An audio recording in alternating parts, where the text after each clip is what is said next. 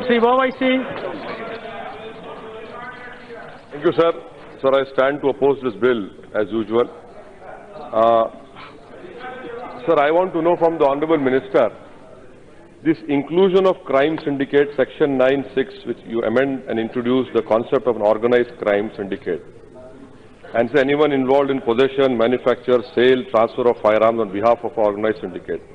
Now, this particular definition of an organized crime syndicate is exactly as the Makoka Act has about the organized crime syndicate.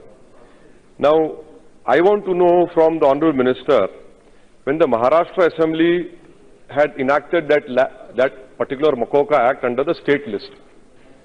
Now, Union has no power to interfere in the state's power to investigate, prosecute and penalize the original crime. And making laws pertaining to law and order is a state subject. So, organized crime is within the exclusive purview of state. Union cannot make any laws in this regard. And sir, may I point out to you that under Article 240 is very clear. States are supreme when it comes to legislation pertaining to state list, and you are supreme when it comes to union list. Why are you interfering in the state list? You know, is there a legislative gap which you are trying to fill it up? And furthermore, when I read the bill, the government offers no explanation why it was necessary to incorporate organized crime syndicate under Arms Act. And sir, why is the government using these incidental legislation to expand the scope of the original purpose of the Arms Act to include organized crime? You know, the Constitution does not allow this. I mean, day in, day out, this government does not believe in, in federalism.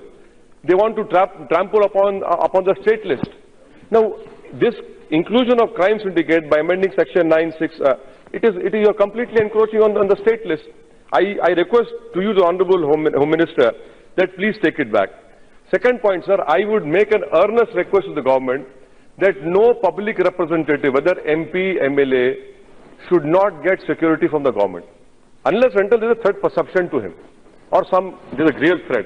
Now, this having security guards with MPs and MLAs, it has become a status symbol.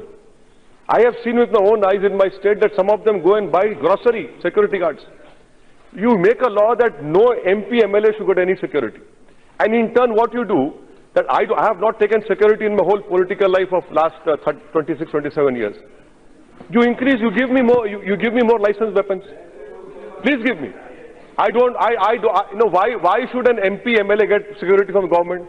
Why should this be a taxpayer burden? Give it to the common man. Day in, day out, we see women being raped. We don't have infrastructure, logistical things to provide security to common. Why should MP, MLA have? Unless and until you yourself, or what we call Urdu, you are a zalim, you are a murderer. If an MP, MLA has facing a case of murder, MP, let you face it. Sir, that is the third point, sir. Now, why I oppose this bill is that you see NCRB data, which many members talked about. Crime, NCRB report says 53 cases were registered under Arms Act of 1959. 63,219 arms were seized, which were licensed. 63,219 arms were seized. Out of that, only 3,525 were from people who had licensed weapons, and unlicensed were 59,694. The problem is somewhere else.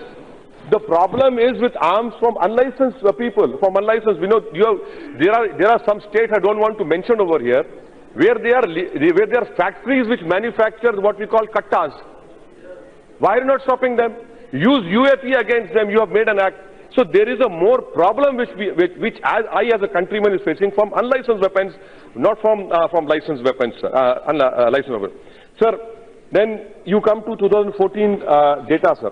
Only 14% of people, I'm concluding, only 14 people killed in gun violence was killed by legal weapons.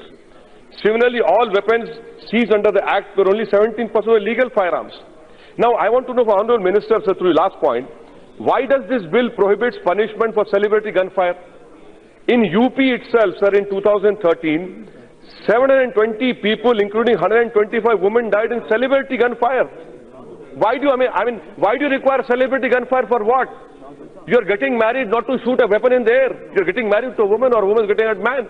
In that celebrity fire in 2013, and then the bill says The bill prohibits punishment for celebrity gunfire. Any celebrity gunfire is attempt to murder. Simple as that. IPC should interfere. And that is why I once again request to you, sir, making it 2, not 3. What are you achieving? I don't know. You know the data of licensed people who have 3 weapons, 2 weapons, and single weapon. And lastly, sir, look at the contradiction of the government. You have liberalized manufacturing of small arms. Manufacturers get to work with the liberalized, FDI is allowed 49%. And no additional approval from DIPP. Why? You are allowing 49% for manufacturing small arms, and then you want to limit it. That is why I oppose this bill, sir. Thank you, sir.